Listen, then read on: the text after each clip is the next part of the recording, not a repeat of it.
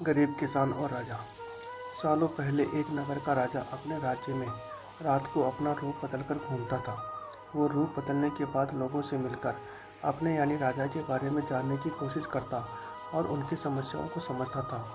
एक रात जब वह नगर घूमकर आया तो अचानक जोर से बारिश होने लगी। उसने देर किए बिना एक गरीब के घर का दरवाज़ा खटखटाया।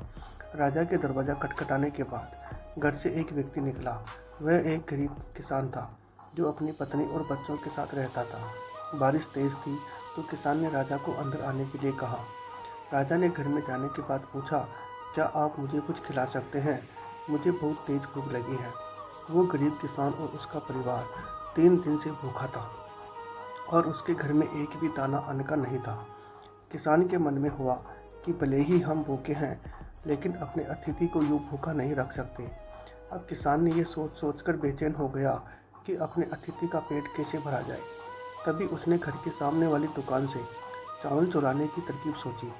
उसने सिर्फ अतिथि के लिए ही 2 मुट्ठी चावल लिया और उसे पकाकर राजा को खिला दिया। तब तक बारिश रुक गई थी और राजा अपने घर चला गया। दूसरे दिन दुकान का मालिक अनाज की चोरी की शिकायत लेकर राजा के पास पहुंचा। राजा ने दुकान के मालिक और उस गरीब किसान को अपनी सभा में प्रस्तुत होने का आदेश दिया।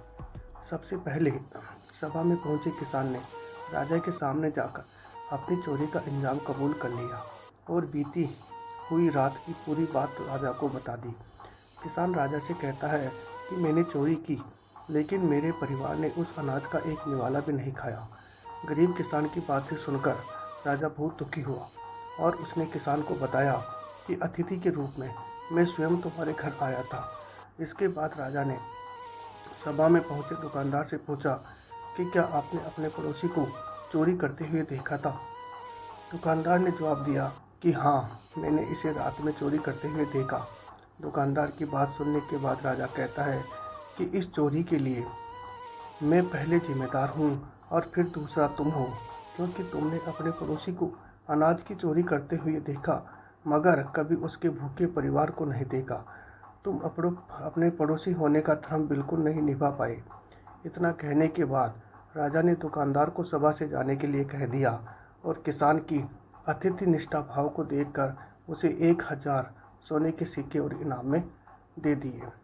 इसी तरह की कहानी वीडियो सुनने के लिए हमारे चैनल को लाइक और सब्सक्राइब ज़रूर करें।